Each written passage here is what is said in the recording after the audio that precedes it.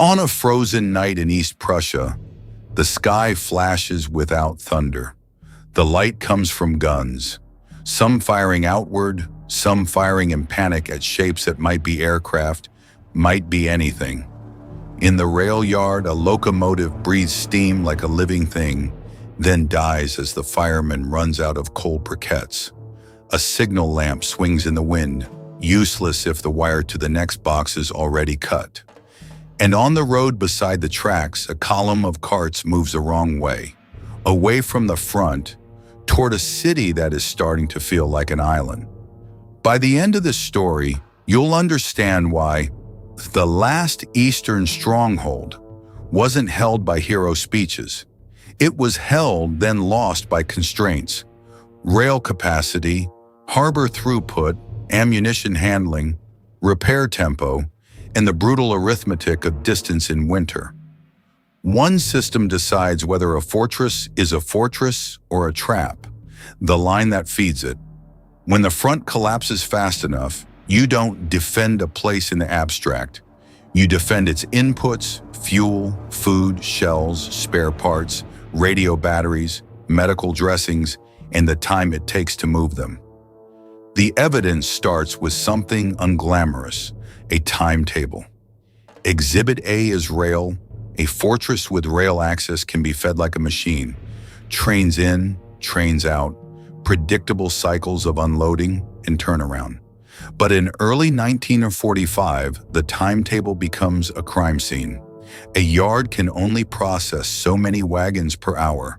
Switches freeze, couplers snap, crews vanish into the refugee flow, and every kilometer of track becomes a fragile, linear promise that can be broken by a single blown bridge or a few minutes of artillery.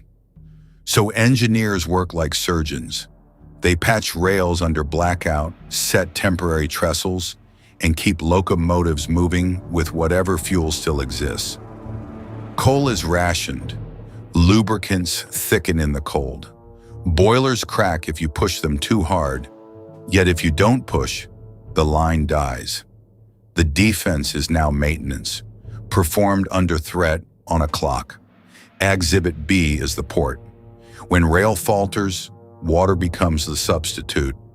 A coastal city can be supplied by ship, but only if the harbor cranes are intact, the channels are navigable, and the unloading plan matches reality. A ship's hold doesn't care what you wish you could move. It cares about weight, volume, and how fast you can get crates across a dock that may be under shell fire by afternoon. This is what people get wrong. They picture a fortress as walls and guns. The correction is harsh. A fortress is a throughput problem. If you can push enough tonnage through rails and piers, the guns keep firing and the wounded keep breathing. If you can't, the concrete becomes decoration. Late January, the approach is to Königsberg. The air is damp and sharp. In the yard, a quartermaster doesn't count bravery. He counts shells by the pallet, fuses by the crate, and the number of trucks still able to start in the morning.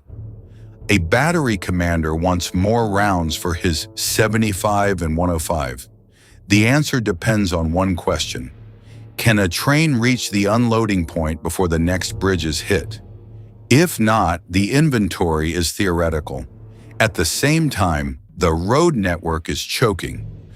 Refugee carts, military trucks, and retreating units all share the same narrow lanes. Tires fail, horses die. A single broken vehicle can turn a column into a parked target. And if the roads stall, repair parties can't reach the rail line. The supply system isn't separate from the civilians. It's tangled into the same frozen mud. The defenders try to create a buffer with firepower, but firepower consumes what the system can't easily replace. Heavy guns drink ammunition and wear barrels. Anti-aircraft crews pull double duty, scanning the sky and also being aimed low across fields when armor appears. Every extra hour of firing is a trade. You buy time at the cost of future capability, and you don't always get to choose the price. The attackers don't need to storm every street at once. They need to sever the inputs. A cut rail line is worth more than a captured block, because a block can be bypassed, but starvation cannot. Artillery searches for bridges, junctions, depots. Aircraft look for the bright geometry of a rail yard. Recon patrols probe for the soft points where a few charges can turn a timetable into a memory. So the defense becomes a sequence of engineering gambles. Do you keep the rail yard lit for speed, or black it out and accept chaos? Do you unload by day to keep cranes efficient, or by night to reduce losses and double your fatigue? Do you send your last repair crew to the bridge you know is vital, or the switch yard that keeps the bridge useful? Each decision burns time you can't afford. And then winter adds its own testimony. Ice can protect a lagoon route until it breaks. Fog can hide ships until it strands them. Snow can cover track damage until a locomotive finds it the hard way. The environment doesn't pick a side, but it punishes the side that relies on frictionless movement. By February, the Stronghold is still firing, still holding sections of perimeter, still looking like defense on a situation map. Yet inside the system, the numbers are turning. Turnaround times lengthen. A crate sits longer on a dock because there aren't enough hands. A train arrives with fewer wagons because the others were diverted or destroyed. Fuel stocks dip below the level needed for routine patrols, then below the level needed for ambulances, then below the level needed for generators that power radio sets and hospital lights. This is the quiet pivot, the moment when the fortress stops being supplied and starts being consumed. What remains is the last question that decides everything. Whether the Stronghold is a place you can still move people and material through, or a pocket you can only endure. And that decision will be forced not by speeches, but by the next link in the chain. The corridor, the lagoon, and the ships that may, or may not, still be able to run the gauntlet, because that road in the fog was more than a route. It was the last measurable thing still under human control.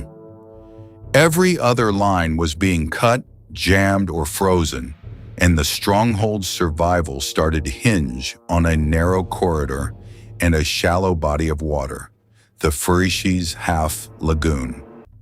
The lagoon looks like a shortcut on a map. In operational reality, it is a conveyor belt that only works if the belt stays intact.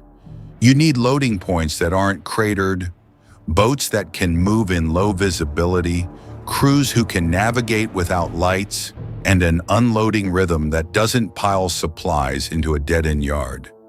And you need one more thing people forget: ice that is strong enough to carry, but not so strong that it traps your craft. In late winter, both happen at once. Some nights the surface locks up into plates. Other nights wind fractures it into moving shards.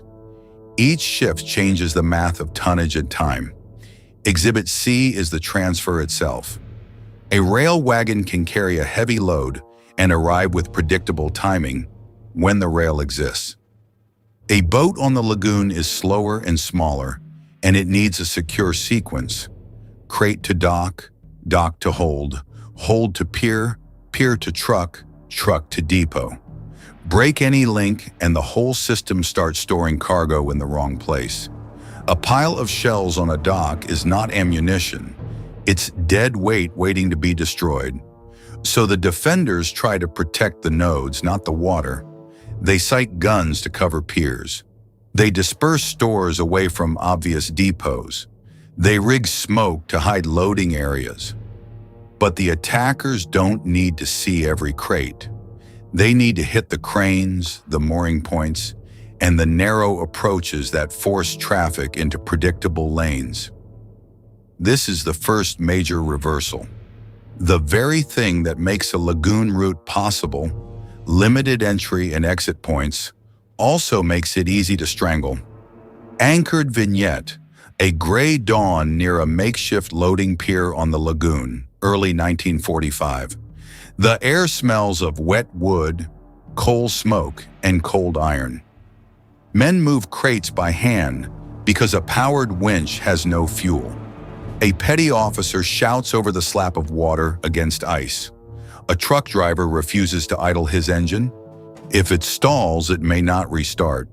The crate count is supposed to match a manifest, but manifests are already fiction, paper chasing reality.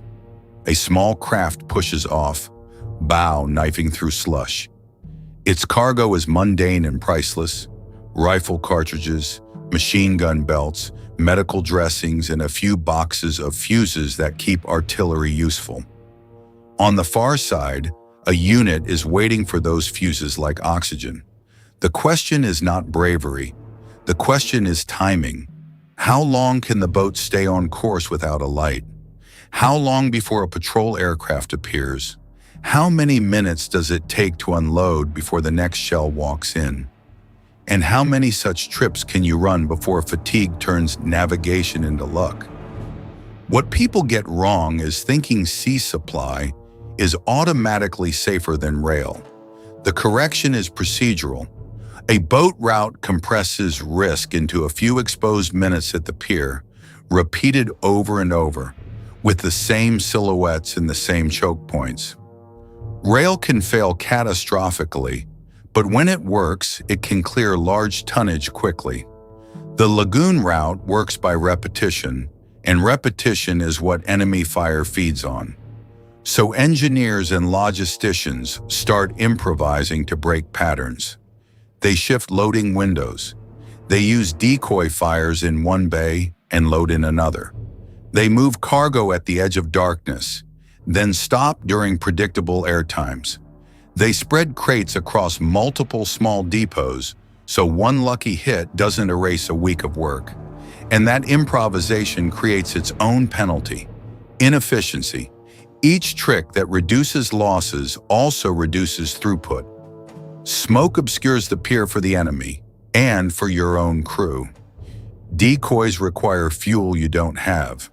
Dispersal means more handling steps, which means more time, more exposure, more exhausted hands dropping crates. Exhibit D is the competition between evacuation and supply. A stronghold becomes a magnet for the civilian flow. They arrive with carts, bundles, children, and no plan beyond west. The same pier that could unload shells is now crowded with people trying to board anything that floats. The same truck that could move medical supplies now carries refugees away from artillery range. And every decision to evacuate is morally obvious but mechanically costly. Here, the defense of a place collides with the defense of a population. When you load people, you often load them with their possessions.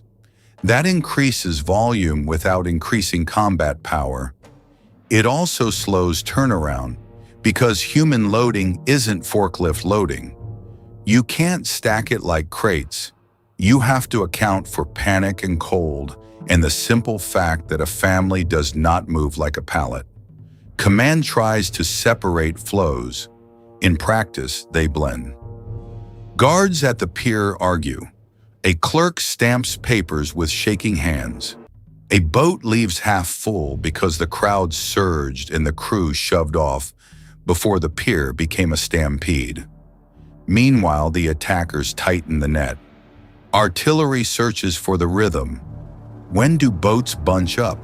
Where do trucks queue? Where does smoke always rise?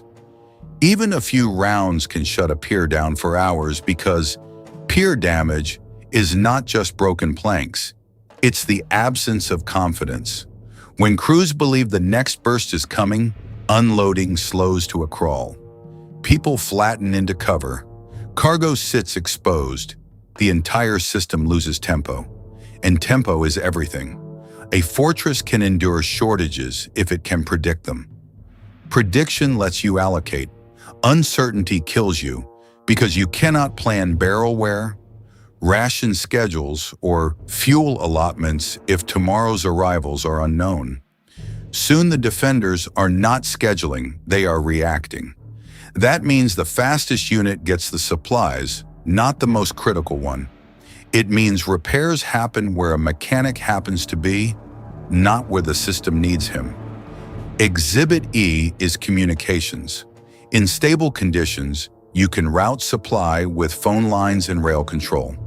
Under bombardment, wires die. Radios exist, but batteries and generators are scarce. Messages arrive late or not at all. A ship sails to a pier that was cratered 2 hours ago.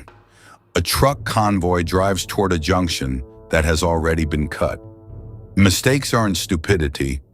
They're the predictable result of an information system collapsing under physical attack.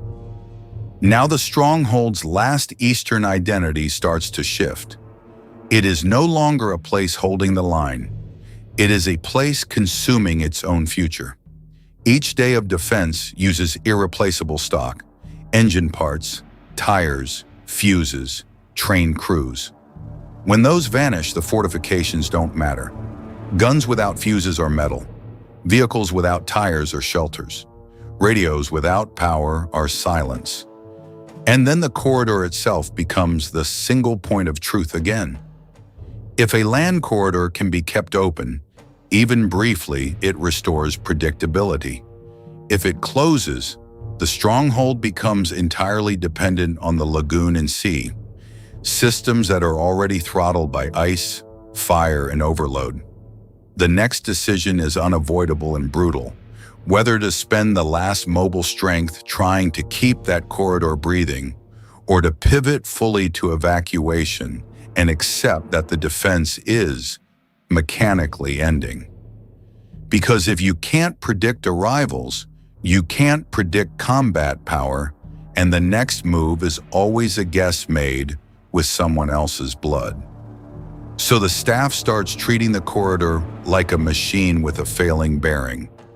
You don't hold it, you keep it spinning just long enough to move the last useful mass through it. The corridor's weakness isn't distance, it's geometry. A single cut at the wrong junction forces every vehicle onto the same few bends, the same bridges, the same tree-lined stretches where artillery can range by sound. Even a light thaw turns shoulders into mud and pushes trucks into ruts. That slows speed. Slower speed increases spacing problems. Spacing problems create bunching, and bunching is what gets you killed. Exhibit F is the convoy interval. In theory, you spread vehicles out so one burst can't get two. In practice, darkness and fog compress traffic. A driver brakes for a crater. The next driver sees only tail lights and brakes harder. Suddenly, you have a line of engines idling, radiators steaming, exhaust hanging low like a marker flare. Except you didn't light it. You created it by being forced to move through a narrow pipe. Anchored vignette. An hour before midnight, early 1945. On a road that runs between frozen fields. The sky is low and sound carries. A half-track pulls a trailer of ammunition that was supposed to arrive 6 hours earlier. A maintenance truck follows with 2 spare tires and a box of fan belts. A bus with civilians is mixed into the same column because there is no separate route anymore. A junior officer walks the line, knocking on hoods, ordering engines off to save fuel, then ordering engines on again because a halt is exactly what invites fire. Somewhere ahead, a bridge is damaged. Not destroyed, damaged. That's worse. A destroyed bridge gives you a clean answer. Reroute, abandon, or build. A damaged bridge tempts you to try one more vehicle, and each try is a dice roll with tonnage. Engineers inspect in the dark with cold hands, using a flashlight shielded under a coat. They listen for creaks. They mark safe lanes with branches because paint is gone. A single truck too heavy doesn't just fall, It blocks the entire artery. What people get wrong is thinking the corridor is a binary switch, open or closed. The correction is that corridors fail by percentage. You can keep it open while it delivers only a fraction of what you need, and that fraction can still look like motion. Motion is not throughput. Exhibit G is fuel minutes. A tank can be fully intact and still functionally dead if it has only enough fuel to reposition twice. A truck can make one trip and then become a stationary storage box. Command begins budgeting movement like currency. 1 kilometer for ammo, 2 for wounded, none for pride. Every move has an opportunity cost. This is where the defense becomes engineering, not heroism. They prioritize what moves first. Ammunition and fuses, because without them, guns are paperweights. Repair parts and mechanics, because a single mechanic can return multiple vehicles to service if he has tools and light. Radio batteries, because information is the difference between a convoy arriving and a convoy vanishing. Food and medical supplies, because panic spreads faster than disease when hunger starts. But each priority creates a loser. Civilians hear they must wait. Units on quiet sectors are told no resupply tonight. A commander with a personal stake pushes his trucks forward anyway. And the system, already brittle, begins to crack under self-interest. Now the attackers exploit the physics. They don't need to seal the corridor forever. They need to time their pressure to the defender's rhythm. Shell the road at the hour convoys usually run. Mine the shoulders where drivers swerve. Fire on the bridge approaches, so every driver slows and the column compresses. The corridor becomes a metronome. Predict, strike, delay, repeat. Exhibit H is the repair cycle under fire. Fixing a crater isn't just shovels. You need fill. You need planks. You need a bulldozer or a truck with a blade. You need to do it while shells walk closer. So repairs get improvisational. Rails ripped from sidings, doors torn from buildings, stones pried from frozen ground. It works once. Then the same patch becomes a known point, and the next strike lands on your fix. The defenders try countermeasures. They create alternate trackways through fields. They cut new lanes through woods. They post traffic control with whistles and hand signals when radios fail. They move at irregular times. Each trick buys hours, not weeks. And then comes the moment that forces the biggest decision. A stronghold only matters if it can concentrate force. But concentration requires supply. And supply now requires either the corridor or the water, both of which are throttled. The staff faces a choice that sounds operational, but is actually mechanical. Do you keep using scarce fuel and vehicles to maintain a defensive ring? Or do you convert that mobility into an evacuation engine while you still can? This is the second major reversal. Defending longer can reduce the number you save because the machinery of saving, boats, trucks, crews, wears out while you are still insisting on holding ground. So they start a quiet transformation. Rear area units become loading teams. Combat engineers become dock engineers. Traffic police become flow managers. The fortress turns into a funnel. But funnels have a fatal weakness. A single blockage creates a crush. And one strike, one correctly timed barrage on the wrong pier, one bridge collapse at the wrong hour, can turn orderly withdrawal into stampede. The Stronghold's last Eastern logic is about to be tested by a final constraint it can't negotiate with. The moment when too many people and too little capacity meet in the same square meter.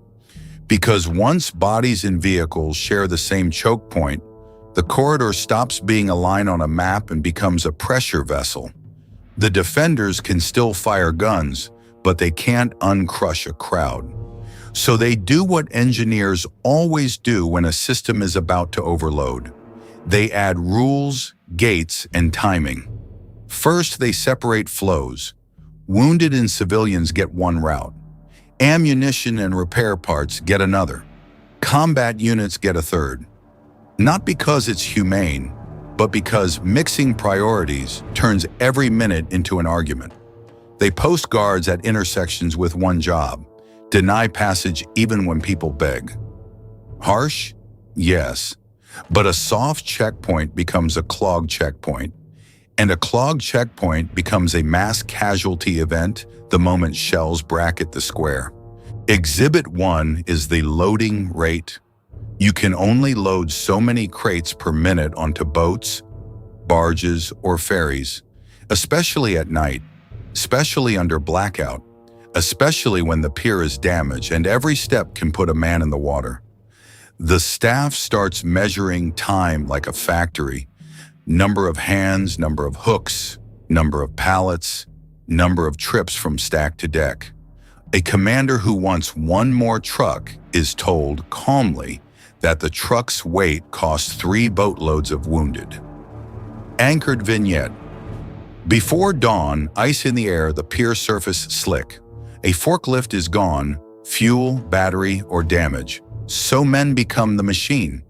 2 lines form, one for crates, one for people.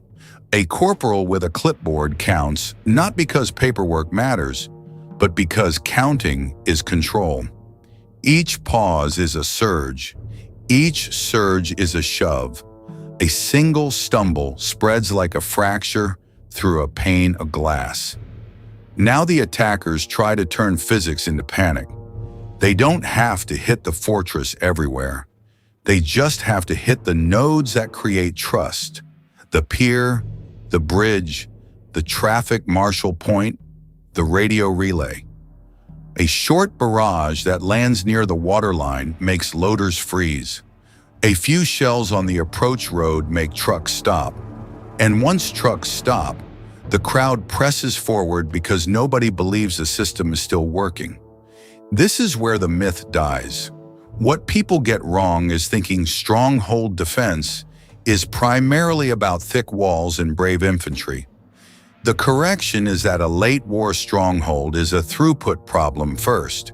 If you can keep movement predictable, you can keep discipline. If movement becomes random, discipline collapses even with weapons in hand. Exhibit J is the damaged bridge you keep trying. The staff finally bans heavy vehicles. That sounds like surrender, but it's actually conservation. A bridge that carries light loads can keep the corridor alive at reduced capacity. A bridge that collapses under one heavy truck kills capacity completely. The strongest choice is the one that looks weak in the moment, turning away what you want to preserve what you need. Then they make the most painful call of all. They start leaving things behind on purpose. Not the symbolic items, actual combat power. Vehicles without fuel become parts donors. Guns without shells become decoys. Radios without batteries become deadweight. They strip what can move. Optics, tools, spare bolts, machine parts that keep engines alive. It's not romantic. It's industrial salvage under fire. And that's when the corridor's open but useless paradox finally becomes clear. A corridor can stay technically open. Traffic still rolls, boats still move, while the delivered fraction is too small to sustain the defense. The staff stops asking, "Is it open?" and starts asking, "What percentage arrives, and what does that percentage buy us tomorrow?" When that answer becomes not enough, the mission shifts from holding ground to extracting value. People, specialists, and the last portable pieces of the war machine. So what prevents the crush? 3 things, and none are heroic. 1, visible cadence, a whistle, a count, a gate that opens and closes on time. People can endure hardship if the system feels real. 2, Ruthless separation of flows. No exceptions that teach everyone to rush the checkpoint. 3. Communication that survives the first hit. Runners with written slates, backup radios, signals that don't rely on a single battery cache. This is also where the weakest node reveals itself. It isn't always the bridge or the pier. Often it's the batteries, power for radios, lamps, and timing. When radios go silent, rumors become the loudest frequency. Rumors turn orderly lines into a wave. Now comes the time strike they feared. A barrage walks across the pier approach just as a large group is being moved. Not a direct hit, close enough. Men duck. Crates are dropped. A boat horn blares. Someone shouts that the route is cut. The mass surges forward anyway, because stopping feels like death. For a few minutes, the system loses control, and then the control returns, not by speeches, but by forcing the machine back into rhythm. Guards push people back into lanes. Loaders resume the count.